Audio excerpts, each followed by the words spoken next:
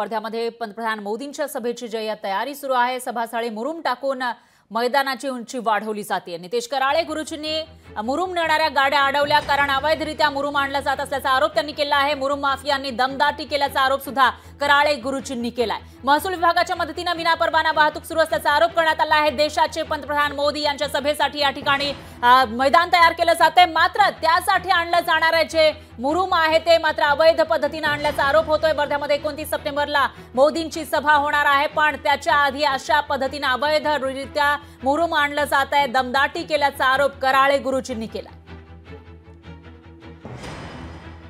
मोदीच्या सभेसाठी हा हजारो रुपयाचा खर्च, करोडो रुपयाचा खर्च केला जात असून आम्ही वारंवार प्रशासनाला मागून राहिलो का लोकांचे पांदन रस्ते करा, तर ते म्हणते पैसे नाही। ठीक आहे, त्याच्यासाठी मुरमाले रॉयल्टी देता येत नाही। ठीक आहे, त्याच्यासाठी टेंडर काढावं लागते आणि इथं तुम्ही मोदीच्या सभेत महसूलचं टेंडरच निघत नाही, त्याची प्रोसिजरच हे कमीत कमी 2 महिने घेते। तुम्ही इतक्या 4 दिवसात टेंडर अलॉट करून पीडब्ल्यूडीचे बाकायदा बोर्ड लागले, कोणाच्या परवानगीनं ऑन गव्हर्नमेंट ड्युटी म्हणून बोर्ड लावली आहे। मला याचे उत्तर वर्धेच्या महसूल प्रशासनाने द्यावी, माझी एवढीच विनंती आहे। लोकशाही मराठी ऐका, पहा, जागरूक रहा।